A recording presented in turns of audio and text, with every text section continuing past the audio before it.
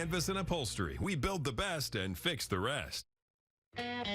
Welcome back to Les Schwab Tire Center's Outdoor GPS. Now it's real time. Sponsored by Cokewell Casino Resort. Welcome back, everyone. Now, we're lucky enough to be joined by Mr. Scott Haugen, world-renowned author, television host, hunter, and, of course, Oregon resident. And each year, we're lucky enough to check in with him and get a little bit of advice prior to the rifle seasons kicking off around here, some of them, at the very least. But before we talk about that, Scott, first things first, thank you very much for spending some time with us this morning. I know that you're very busy. You had some success chasing geese yesterday. Can you give us a quick story on that? Yeah. There's been a few, this early goose season going on. There's been a few birds moving around the valley. Of course, the challenge is trying to pattern those darn things and get your timing right. But we hit it right yesterday and had about 45 minutes of good shooting, and yeah, we got some geese on the ground. It's been busy. Just got back from up in the hills. Took the dogs up on a bandtail hunt this morning. Seen a ton of bandtails in both the Coast Range and Cascades this year. It was down chasing bears on the coast for a few days earlier this week, and back out the door tomorrow. So yeah, things are going good that time of year. Yes, it is that time of year, and for a man like yourself, chasing birds is also one of your favorite things to do, obviously, with a couple of great dogs, and those are some of the best eating birds on the planet, band-tailed pigeon. Everyone, I know for some that might sound odd, but in reality, top 5 birds easily is the band-tailed pigeon. All right. So, Scott, each year we get a chance to check in with you, talk a little bit about rifle season. Obviously, you're an expert in that arena, but we got blacktail season coming up and a lot of others.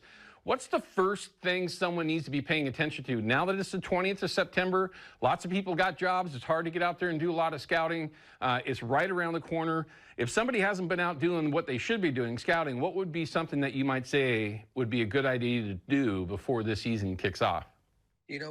Probably go back into some of the areas where you've known for blacktails to historically hold, see if, there's a lot of moisture on the ground right now. So what I'm seeing with a lot of deer when I'm out scouting and with trail cameras is, even though there's, 3 feet of tall, dry grass or fireweed or whatever it is, there's some green up happening, and not necessarily, from rains, but from just dew that's on the ground this time of year. And a lot of those deer are starting to hit those trails along tree lines. Some of the burns, seeing quite a few deer on the edge of burns that have occurred in the last few years. So check those areas of green up, again, areas where you've known deer to historically hang. As long as the habitat has maintained itself and stayed constant, those deer will be in there. It's just going to be a little tougher to find them now that they've stripped their velvet. Is it an advantage this particular year in 2025? We've had quite a bit of rain in September, either on the west side and, of course, over on the east side. Is that a hindrance, or does that help the overall success for rifle hunters this time of year? I think it definitely helps. It gets more food greening up, so those things are going to be moving, looking for green grass. Blackberries are still growing. They love eating the ends of blackberries, up in the mountains. There's just going to be more available food source. And, of course, what these rains do is they drop the temperature. So with the drop in temperature, these deer are going to start moving a little bit more. Blacktail, as soon as they strip their velvet, they're entering a pre-rut mode. So they're going to be eating pretty heavily right now, trying to put on, weight for the upcoming rut or the tail end of the pre-rut, where things get a little bit more aggressively. That can, if we keep getting these cool nights and some of this rain that we're getting spurts of here and there, things could be heating up pretty good as far as buck activity by the middle of October. When you're referring to that, Scott, you're referring to their overall movement. You might have an opportunity to see them maybe now, as if it were really dry? Correct. Yeah. Being out there and especially after a rain, or even on the front end of a rainstorm, if there's a early morning rainstorm coming, getting out early in the morning, or even in the afternoon or during the night, you can get out. If there's a rainstorm forecast for the night, you can get out in the evening. A lot of times those bucks will start moving on the front end of a storm. And don't if you're not seeing bucks, mark where those does are, because even during the pre-rut, those bucks are going to be traveling around looking for does. So I'm looking for does as much as I am for bucks right now. Again, we have late, general season going into, the first few days of November. So looking around October 21st on in the Cascade range, and from about October, 15th, 16th in the Coast Range is when a lot of those bucks start acting ready. So if you're not seeing bucks, don't be disappointed. Look for does. Those bucks will show up.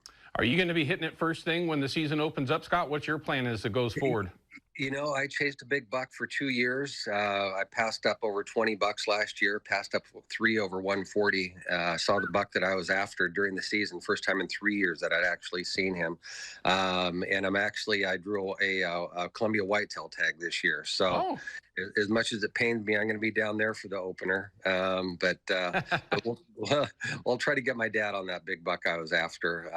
He's still out there. He's digressed a little bit this year, but there are still some nice bucks moving around out there. That takes a lot of time, everyone, to be able to pattern a buck that well for over so many years, unquestionably. But if I didn't ask you a little bit more about bandtail pigeon, I know that the season is wrapping up and it's a very short one. Overall, though, you mentioned earlier that you've been seeing a lot of bandtail. I'm kind of being a little selfish here, but overall population seems pretty strong. It seems real strong. And areas where I'm hunting, in the past 4 or 5 years, if I go up and see 40, 50 bandtails a morning, that's good. I'm seeing well over 2,000 a morning. The hatch is unbelievable this year. It's the most juvenile birds I've seen since probably the mid 70s. So, it'd be interesting to know. I don't know if they're still doing studies on these birds throughout, their range, but I know they did some big studies in Northern California back in the day. But I'd be really interested to see what their populations are across the board, because, man, from what I'm seeing, that 2-bird limit could easily go up. And I know I mention this to everyone, but what we do, what we enjoy doing, of course, in the end, especially for Scott with his wife Tiffany, they are some of the most fantastic tasting birds you'll ever have. Again, I know that most people might go, "Well, I'm a pigeon." Yes, it is difficult to chase. You got to be in the right areas, but they are certainly worth it in the end. Scott, as always, sir, we always never have enough time, but I know that you're slammed. You're cleaning geese right now. What's your next adventure here in the next handful of days? You mentioned that you're going to be heading back out again. Are you going to be chasing bandtail here again, or are you going to be chasing geese before you start going after deer? What's your next adventure?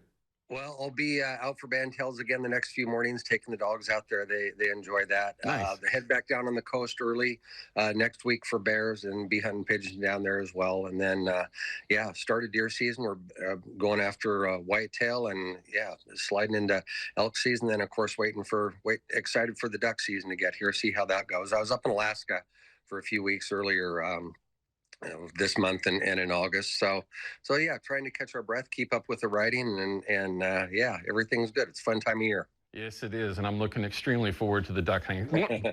One of these days, I'd love to have a chance to hunt ducks with you, Scott. All right, Scott, man. As always, sir, thank you very much for just a little bit of your advice that might help someone be more successful out there. Take some of his advice, everyone, if you're going to be chasing those animals. If you have that tag, good luck to you, as always, sir. We appreciate it. Hey, thanks, and thank you. Oh, and I should mention, we only have about 75 copies left of our Trophy Blacktails book. We had about 20,000 copies. That thing is going out of print here. They're selling out pretty quickly, and I don't plan on doing a reprint on it. So those are available on my website, scotthaugen.com. And we actually were showing you that, everyone. If you have the chance, it's a great read. I've read it. I've actually read it more than once, although I've never chased blacktail specifically other than with my 615, which seems to not come around all that often for me. Scott, thank you, sir. Have a great weekend, and please say hello to your wife for us, okay? Will do. Thanks. You bet. Take care, sir.